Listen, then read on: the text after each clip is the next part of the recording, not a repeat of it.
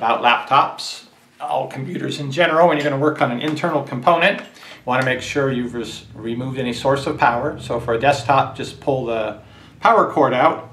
For a laptop, of course, there's a battery, so you have an additional source of energy that you have to remove to make sure you don't short circuit something. Battery's usually locked in. You gotta get your thing slid to the right position and wiggle the battery out. And then also you want to make sure you're not carrying any static charge, especially if it's humidity happens to be particularly low. You could touch something inside that would cause damage to the computer. So if at all possible, you want to touch something metal on the system itself without touching an internal component. The screws can be good, or the outside of the heatsink if you can reach that. Under the panel here is where the hard drive resides.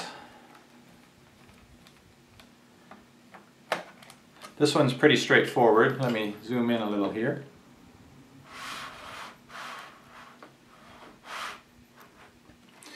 It's just a couple screws and a plastic panel. Some of them are more involved. The panels can be up to half the size of the back of the laptop. Some of the trickier ones are where the panel for the hard drive is actually overlapping the edge of the computer. And so you'll remove the screws, but there's a plastic panel that you have to slide up, and then you can pull the hard drive out. And those are kind of tricky. But this one's pretty straightforward. You can use your finger, or if you never opened it before, it may be sort of stuck. Pop up the panel with the screwdriver. And underneath, the hard drive's in this housing right here. It seats right here. The portion that you see with the gold contacts are what seat right here, and that's basically the key to attaching it. There aren't any further screws holding this drive in, because the screws that go through the case actually hold it, so it won't slide around when you're moving the laptop. But other computers, they are different. So they give you this handy little flap here. You want to hold on to that. I put another hand on it to help with the pushing, and pull it straight back until you can see the gold contacts here. So we're going to pull it straight back.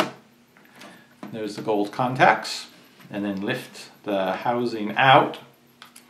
And there's the old hard drive, the Intel drive.